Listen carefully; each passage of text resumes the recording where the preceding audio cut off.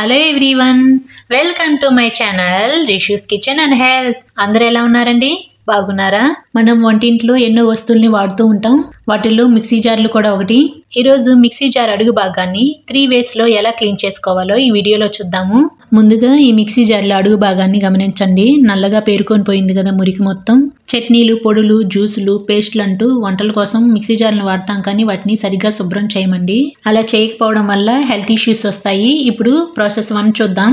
ముందుగా ఒక గిన్నెలోకి 1 table spoon baking soda, 2 table స్పూన్ల dish washing liquid, 1 table spoon vinegar, normal vinegar వేసుకొని ఈ 3 మొత్తం కలిసిపోయే విధంగా, అంటే వాటర్ అనేది పోయకుండా థిక్ పేస్ట్ లాగా ఇలా మిక్స్ చేసుకోవాలి.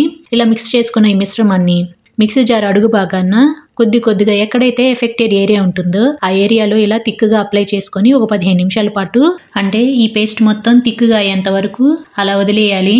ఇప్పుడు సెకండ్ ప్రాసెస్ చూద్దాం. ఒక గిన్నెలోకి 2 టేబుల్ స్పూన్ల detergent washing powder, 1 table spoon salt వేసుకొని రెండింటిని బాగా కలుపుకొని కొద్దిగా నీళ్లు పోసుకుంటూ ఆ రెండింటిని బాగా కలుపుకోవాలి. ఇలా కలుపుకున్న తర్వాత మిక్సీ జార్ అడుగు భాగాన కొద్దిగా అప్లై చేసుకోవాలి. ఏ ప్లేస్లో అయితే నల్లగా బాగా పేరుకుపోయిందో ఆ ప్లేస్లో కొంచెం థిక్గా అప్లై చేసుకొని ఒక 20 నిమిషాల పాటు అలా వదిలేయాలి. ఇప్పుడు థర్డ్ ప్రాసెస్ చూద్దాం. మిక్సీ జార్ని బోర్లో ఉంచి అడుగు భాగాన 1.5 టేబుల్ స్పూన్ బేకింగ్ సోడా వేయాలి. ఆ తర్వాత వెనిగర్ యాడ్ చేసుకోవాలి. బేకింగ్ సోడా, వెనిగర్ను ఒకసారి కలిపి రాత్రి మొత్తం అలానే వదిలేయాలి. లేకపోతే ఒక 15 నిమిషాల పాటు అలా వదిలేస్తే సరిపోతుంది. 15 నిమిషాల తర్వాత చూడండి, ఈ మిక్సీ జార్ డ్రై అయిపోయింది. మీరు కనుక మా ఛానల్ని ఫస్ట్ టైం చూస్తున్నట్లయితే please subscribe my channel and మీ వంతు సపోర్ట్ని మన ఛానల్కి తప్పకుండా ఇవ్వండి.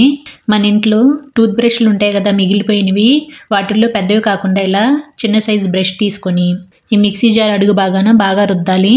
ఇలా రుద్దిన తర్వాత నీటితోటి శుభ్రం చేసుకుంటే మనకి ఎప్పట్లాగానే మురికిపోయి శుభ్రంగా కనిపిస్తాయి.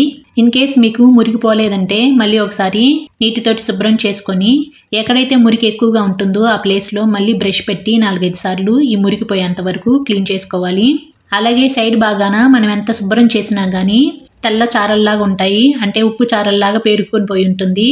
ఆ చారల పైన కూడా బ్రష్ తోటి ఇలా 4-5 సార్లు శుభ్రం చేసుకుంటే ఆ తెల్ల చారలు అనేవి పోతాయి. మళ్ళీ 2-3 సార్లు నీటితోటి శుభ్రం చేసుకుని ఈ మిక్సీ జార్లో ఉన్న వాటర్ మొత్తం వంపేసుకొని ఈ జార్ని పక్కన పెట్టుకుందాము. అలాగే ఇప్పుడు మనం సెకండ్ ప్రాసెస్ చూద్దాము. డిటర్జెంట్ పౌడర్, సాల్ట్ వేసుకొని ఒక 20 minutes నానబెట్టుకున్నాం కదా, దాన్ని కూడా ఈ బ్రష్ సహాయంతో ఇలా క్లీన్ చేసుకోవాలి. సైడ్స్ కూడా ఇలా రుద్దుకొని వాటర్ తోటి క్లీన్ చేసుకోవాలి. ఇన్ కేస్ మీకు మిక్సీ లోపల భాగాన పొడులు కానీ చట్నీలు కానీ ఏమైనా స్టక్ అయిపోయి ఉంటాయి కదా, అలాంటప్పుడు ఈ మిశ్రమం కొద్దిగా వేసుకొని బ్రష్ తోటి 2-3 సార్లు ఇలా క్లీన్ చేసుకుంటే సరిపోతుంది. ఇప్పుడు థర్డ్ ప్రాసెస్ చూద్దాం. బేకింగ్ సోడా, వెనిగర్ యూస్ చేశాం కదా, ఆ జార్ని కూడా బ్రష్ సహాయంతో ఇలా క్లీన్ చేసుకోవాలి.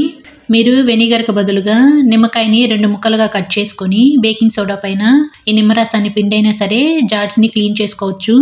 ఇవన్నీ హోమ్ రెమెడీస్ కనుక ఎలాంటి సైడ్ ఎఫెక్ట్స్ ఉండవు. కనీసం వారానికి ఒకసారైనా ఈ జార్స్ని క్లీన్ చేసుకుంటే బ్యాక్టీరియా ఫామ్ అవ్వకుండా ఉంటుంది. ఇప్పుడు ఈ జార్స్ని పొడి క్లాత్తో పెట్టి తుడుచుకొని ఎండ తగిలే ప్లేస్లో పెట్టుకుంటే వాసన అనేది రాకుండా ఉంటుంది. వర్కింగ్ లేడీస్ అయితే నెలకు ఒకసారైనా ఈ విధంగా క్లీన్ చేసి చూడండి. ఈ 3 ప్రాసెస్లో ఏ ప్రాసెస్ మీకు బాగా నచ్చిందో నాకు కామెంట్ చేయండి. అంతేనండి, మా వీడియో కనుక మీకు నచ్చినట్లయితే ఇలా చూసి అలా వెళ్ళే ముందు ఒక లైక్ చేయండి, మీ ఫ్రెండ్స్కి షేర్ చేయండి, కామెంట్ చేయండి, సబ్స్క్రైబ్ చేసుకోవడం మాత్రం మర్చిపోకండి. Thanks for watching.